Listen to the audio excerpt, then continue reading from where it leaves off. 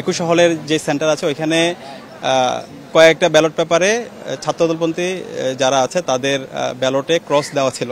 এখানে আমরা সকাল থেকে আমাদের পোলিং আমরা ঢুকাতে পারি নাই, ঢুকতে পারে না 10:30 পর্যন্ত। 8টা থেকে নির্বাচন শুরু হয়েছে, এই আড়াই ঘন্টা ভিতরে কি হয়েছে সেটা আমরা জানি না।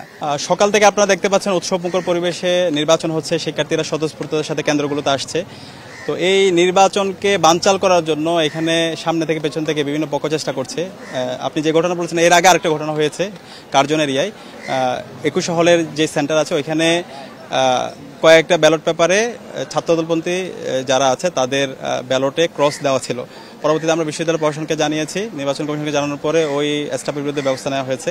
এর কিছুক্ষণ পর আমরা জানতে পারি টিএসসিতে আরও কিছু ব্যালট পেপারে এরকম ক্রস দেওয়া। এখন আমাদের অবস্থান পরিষ্কার, এই যারা স্টাফরা আছে এবং নির্বাচন কমিশনে যারা আছে, যারা এই ধরনের নির্বাচন বানচাল করার চেষ্টা করছে, তাদেরকে এখন অ্যারেস্ট করতে হবে, তাদেরকে থানায় দিতে হবে, তাদেরকে রিমান্ডে দিতে হবে।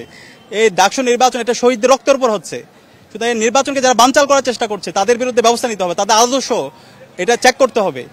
এখানে আমাদের পরিচয় আমরা শিক্ষার্থীরা যাকে তাদের প্রতিনিধি বানাতে চায় তাকে ভোট দেবে, কিন্তু যারা এই সামনে থেকে পেছন থেকে নির্বাচন বানচাল করার চেষ্টা করতেছে, সেটা স্টাফ হোক,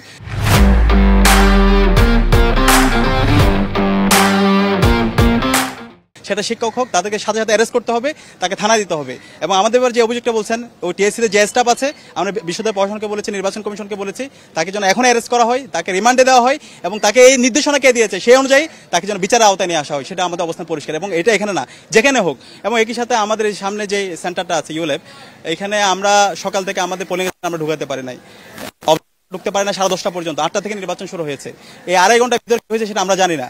তো এটা কেন হবে? কালকে রাত থেকে পোলিং ঠিক করা আছে, অবজারভার সবাই আগে থেকে অনুমতি নিয়ে রেখেছিল। তো এখানে আড়াই ঘন্টা ধরে অবজারভাররা ছিল না, কোনো পোলিং এজেন্ট ছিল না।